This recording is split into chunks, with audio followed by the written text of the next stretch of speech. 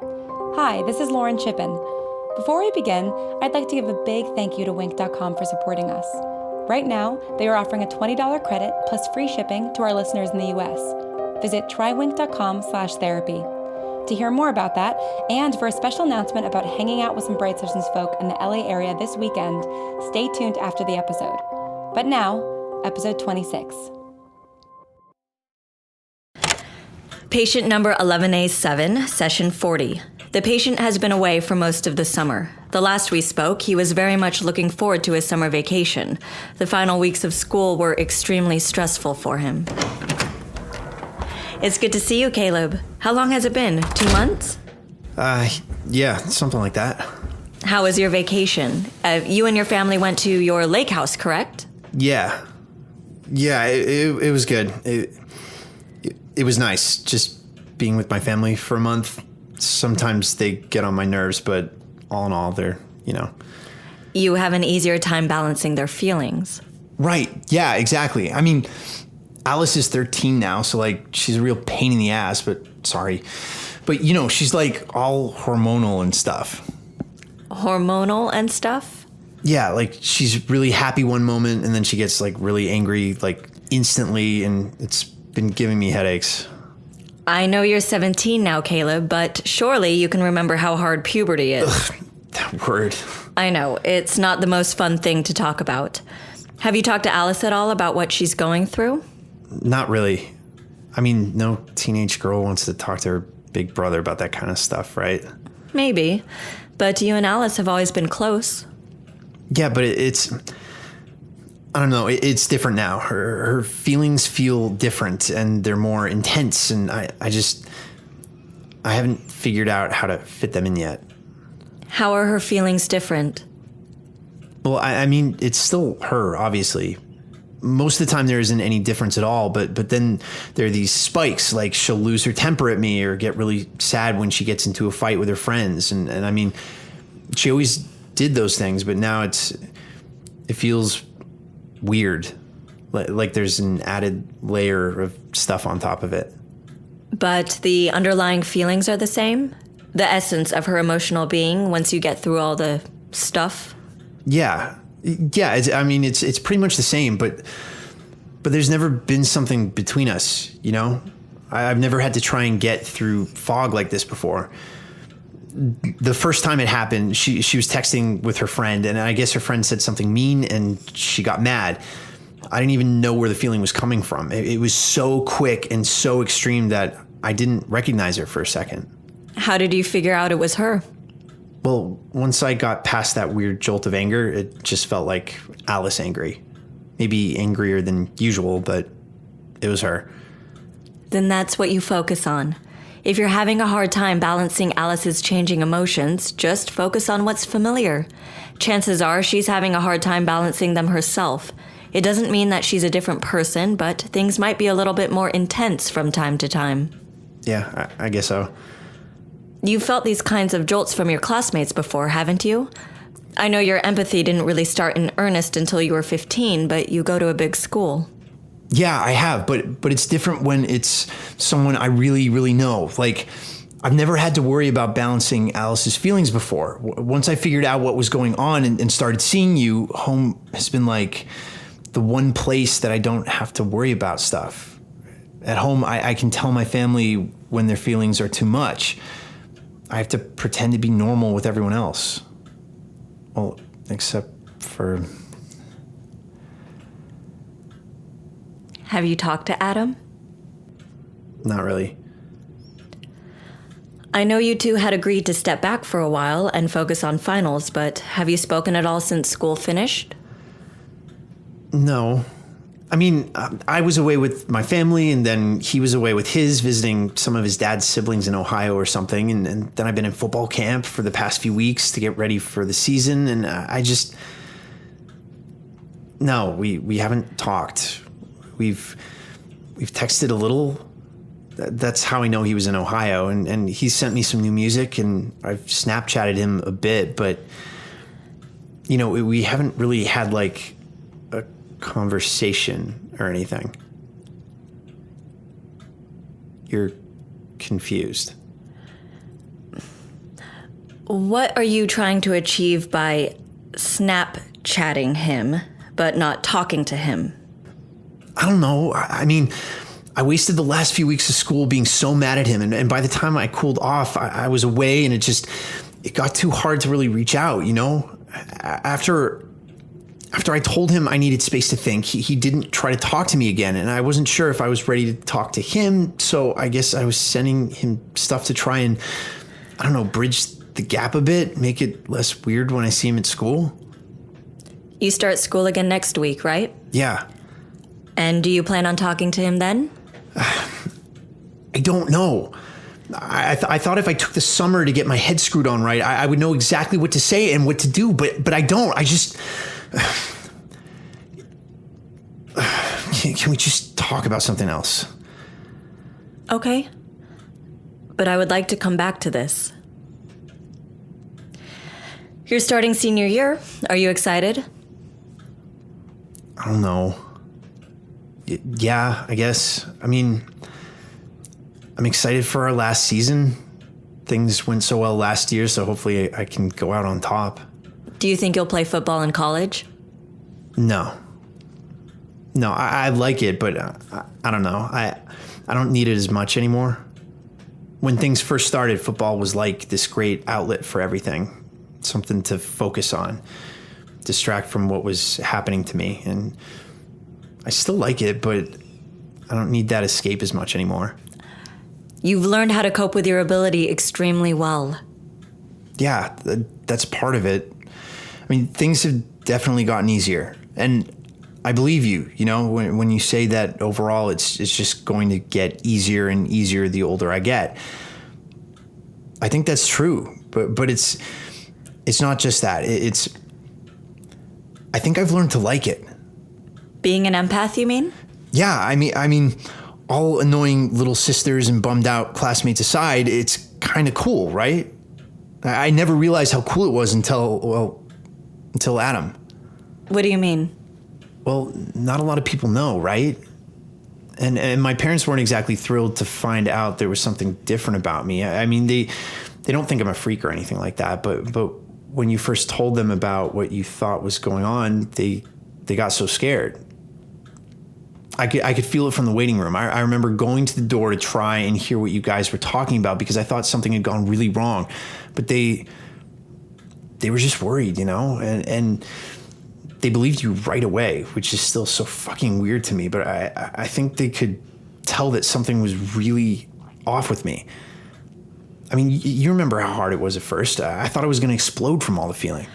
Yes, you were under a lot of strain. Right, and they could tell. They were worried that there was something really wrong with me. So when you told them about the empathy thing, I felt their relief at first, that they had an explanation for why I was behaving the way I was, getting headaches, acting out. But then they got so scared and worried. And I got that. Because I was scared too. That's perfectly understandable, Caleb.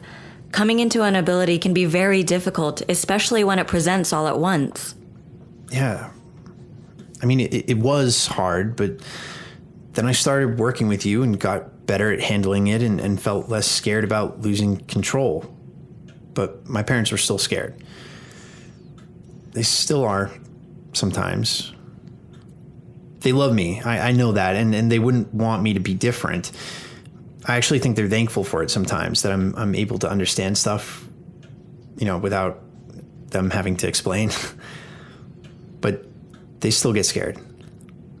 And more for me than Alice. I can tell the difference. Why do you think that is? Because I can't be normal. Ever. I'm always going to have a harder time with some stuff than other kids.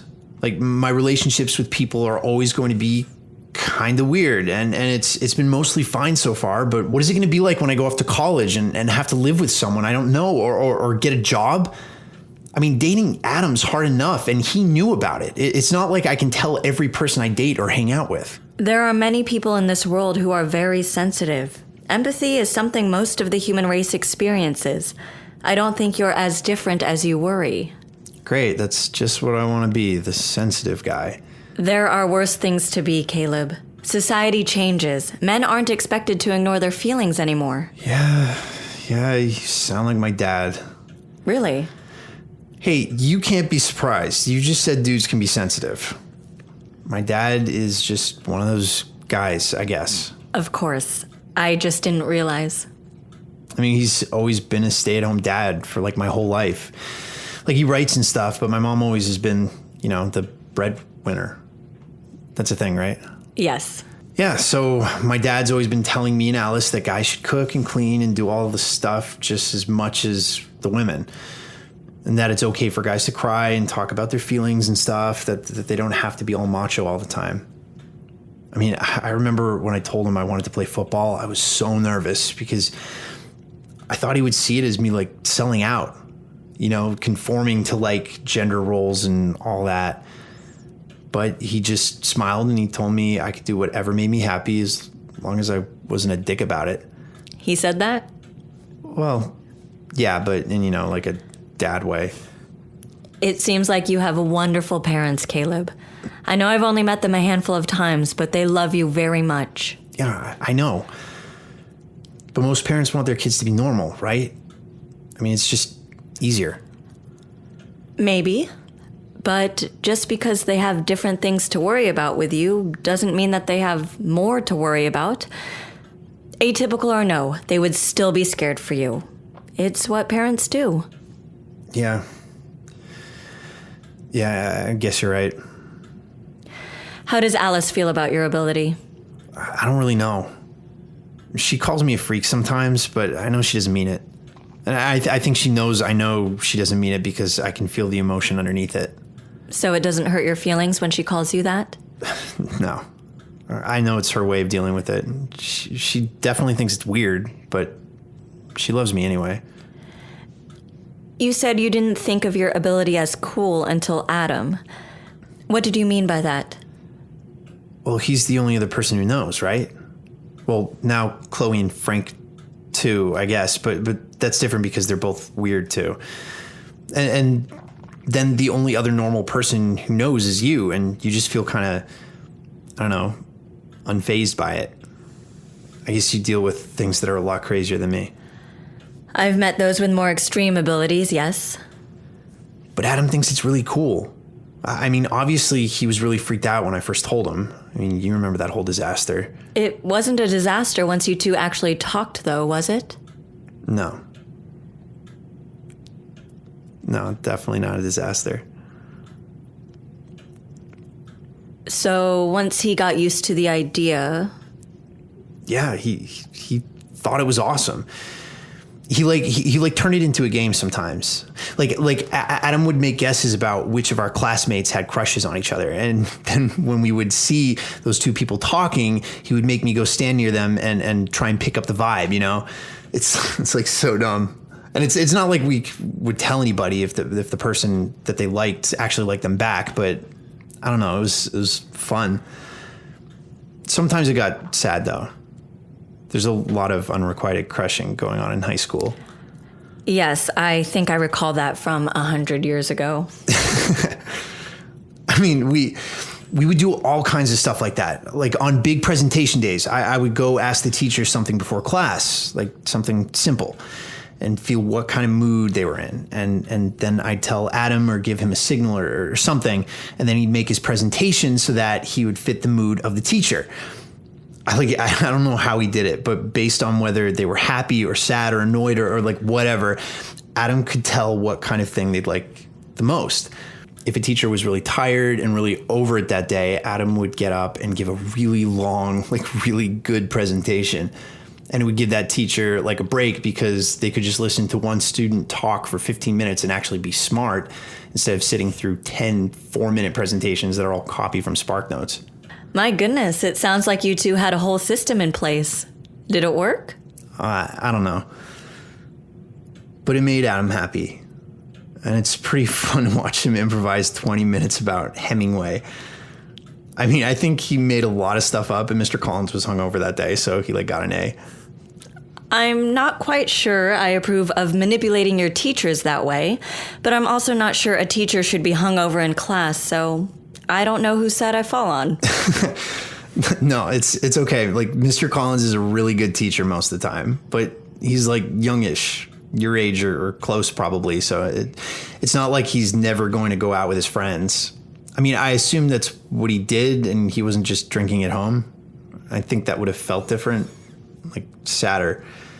But even though he was feeling all fuzzy and woolly and nauseous and not the fun butterfly kind of nauseous, just like straight up nauseous, he also had this like little buzz of happiness.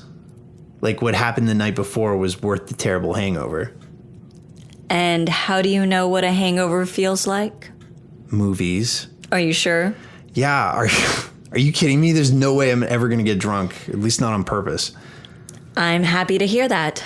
But once you get to college... No, I mean, I've had alcohol before. Don't give me that look. Everybody does it. I bet even you drank in high school. But the one time I drank an entire beer, it felt like so awful. I mean, feeling other people drunk around you is bad enough, but feeling tipsy yourself and then also the feelings of 20 drunk teenagers is like a nightmare. Now, when I go to parties, I bring iced herbal tea with me in a flask and try to find the sober people, or at least the less drunk people. You put herbal tea in a flask? Yeah. I got that stuff that's supposed to de-stress you or whatever. I have no idea if it works, but it just helps having something in my hand and a reason to turn drinks away. Well, whatever works to stave off the peer pressure. Bringing Adam helped too. If I could focus on his feelings, everyone else didn't bother me as much. He, I don't know, he grounded me, anchored me. How so? It's just always really easy to focus on his feelings. So even when he was really sad, he felt like it was like being at home. And how about now? With the limited contact you two have had, how are you feeling? I'm okay. I miss him a lot, to be totally honest. And I feel like really dumb. I mean, I know I overreacted, but I just got so freaked, and now I feel like I kind of ruined everything. Like he's not going to forgive me for what I said about his parents when I finally do talk to him. So you no longer have the same concerns about Adam's parents? Well, no, I do. I mean, I definitely do. You know what's going on with Frank, right? You talk to him? Chloe is still trying to convince him to come see me. But yes, she's filled me in on what she's been able to glean about what happened. I gather he doesn't like talking about it very much. No, he doesn't. Especially around me. So sometimes I think I shouldn't even be trying to help him at all. Why do you say that?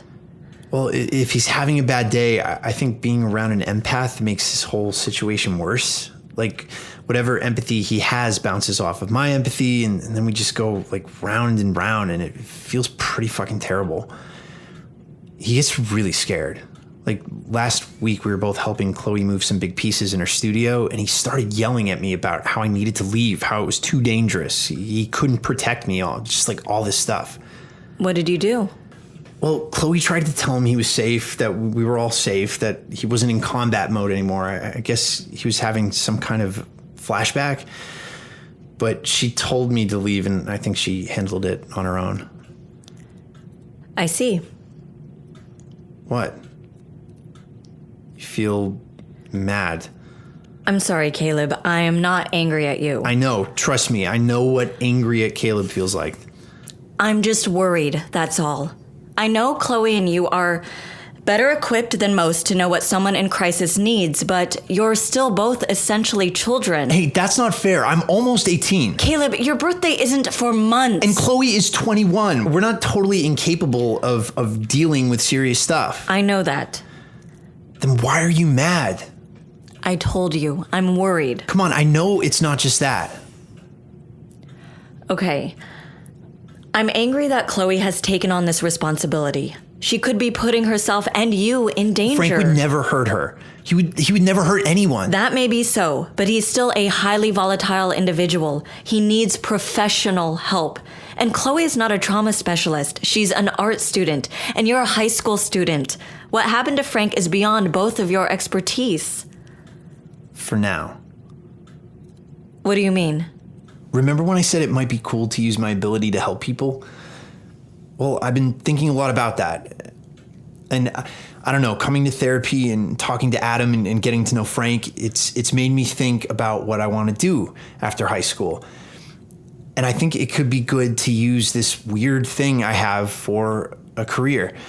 Like study psychology or social work in college and then use the empathy to be like really, really fucking good at it. I think that's a wonderful idea. And I'm so glad that both you and Chloe have such giving hearts. But you know you can't practice on a traumatized veteran, right? Yeah, I know. And that's not what I'm doing. I really feel for the guy, you know? You know what I mean? Yes, I know what you mean. And it feels personal, I guess, knowing that my boyfriend's, well, that Adam's parents are behind it. It feels like I was meant to meet him. You're beginning to sound a lot like Chloe. Yeah, but I don't buy all that universe stuff as much as she does. Just that, well, I think some people are meant for other people, you know? Like not even in a romantic soulmate way. But I know Chloe thinks she was meant for Frank. They just get each other. And she helps him and he gives her a purpose, someone to take care of. And I think she likes that. And do you feel like you're meant for Frank too? Yeah, a little bit. I mean, not in the same way Chloe is, because I think whatever happened to Frank in his life, he would have met Chloe and they would have made art together, even if he never went into the army. But it's like when those scientists did all that stuff to him, his life got shifted and aimed towards me. Like I became part of his story. And what role do you think you're playing in his story? I don't know yet. I mean, maybe it's that he's in my story. Maybe it's just that I was supposed to meet him to see what could go wrong. What do you mean? Well, the reason his head is all messed up, the reason he has such a hard time, it's because his empathy is out of control. Frank was given an empath ability artificially. His biology wasn't structured for it in the same way yours is. Your body produces your ability naturally. His was injected into him, along with a lot of other things. Like what kinds of things? Did Chloe tell you that? I've been looking into it independently. There's not a lot I can do to help him until he comes and sees me, so I'm doing what I can to figure it out. But it definitely was Adam's parents who did it. I haven't been able to find that out for sure yet. What am I supposed to do with that? Like, how can I go to Adam's house and see his parents when I know they do bad stuff to people like me? I don't know. But you're not in danger with them, I don't think. Do you want to get back together with Adam? I'm not even sure we even really broke up. I mean, yeah, we haven't talked, but I don't know. I feel like we just hit pause. It's not like I've been out there dating a bunch of other people or even thinking about other people. Oh, fuck. Do you think he's been spending the whole summer dating other people? I have no idea, Caleb. God, I should have said something. How am I still so bad at this? What would you have said? Please give me some space to freak out, but also don't change your feelings about me so we can figure it out at the end of the summer? I take it he doesn't have any reason to think that's how you're feeling? No. I mean, all the contact we've had has been like pretty, well, really fucking distant and polite. Not like how we texted before. God, what if he has some better, normal, non-freak boyfriend now? I don't think Adam would be so quick to forget about you. But if you want to keep seeing him, you need to reach out. Have a serious conversation with him. Yeah, I know. I know I should, but I'm just, even if he hasn't forgotten about me, even if he does want to be together, I don't know. I guess I'm scared. Because of his parents? Yeah, it's partly that, but it's also, I mean, I didn't handle things very well. I know that. I know I should have talked to him after I freaked out instead of just ignoring him at school. And I know that sending him snaps and stuff isn't actually communication or whatever, but I don't even know that I was that great of a boyfriend in the first place.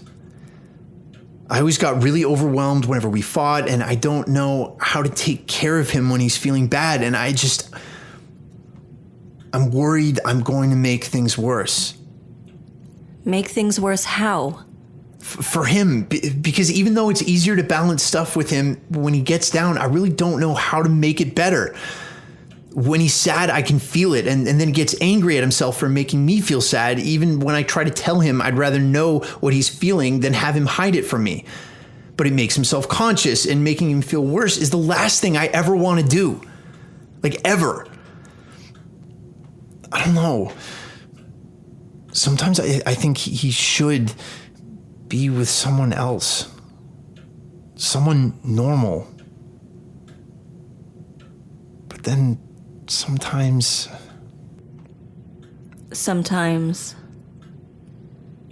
Well, I think what I was saying about some people being meant for other people, sometimes I feel that way about Adam.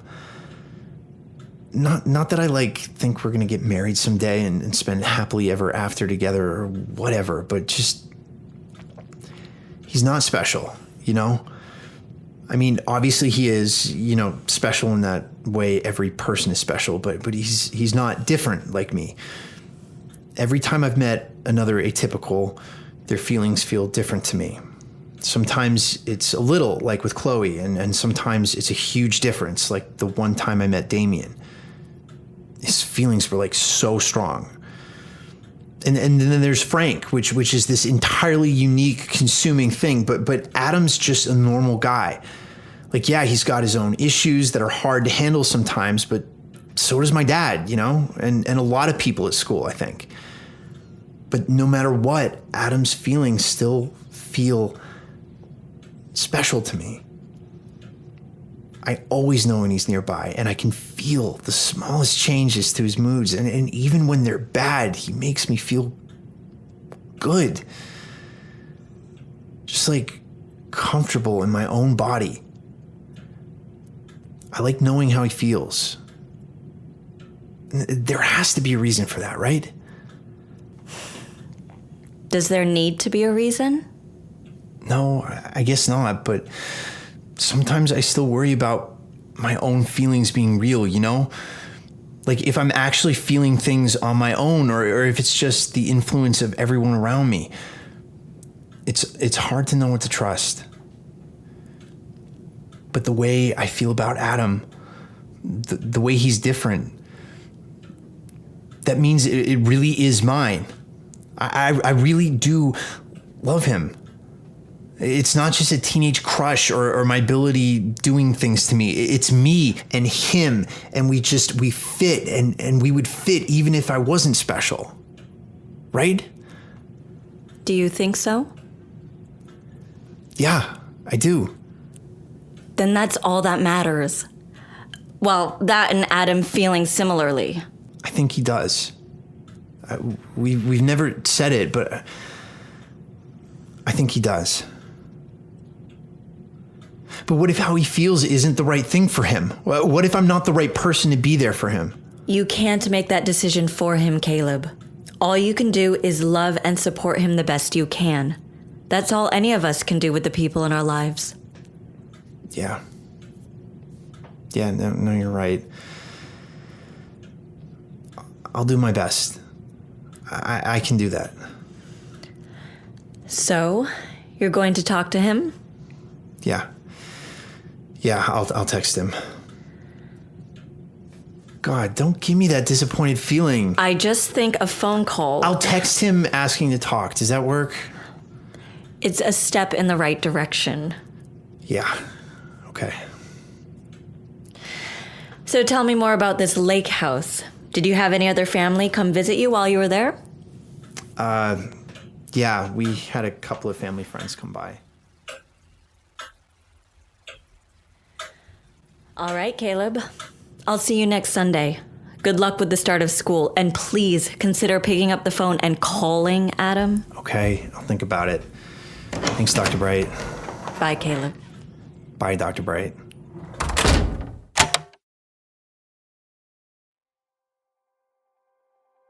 Today's episode was sponsored by Wink.com. Wink knows that every person has their own strange and unusual tastes. Different people prefer different wines. So, Wink custom tailors wines to the tastes of each person and then delivers 3 bottles of wine each month to your doorstep for $39. You can visit Wink.com right now and take their palate profile quiz to get instant, personalized wine recommendations.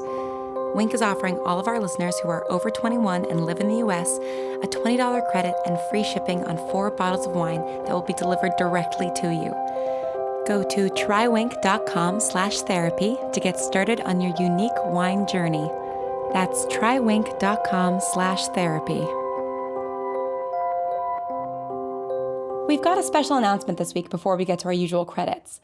This weekend, myself and a number of the Bright Sessions cast is having a joint meetup with the amazing science fiction podcast Ars Paradoxica. As many of you may know, Ars Paradoxica was created in part by our very own sound producer, Misha Stanton.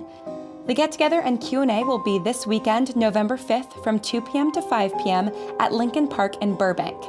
All of our information is on our Facebook page.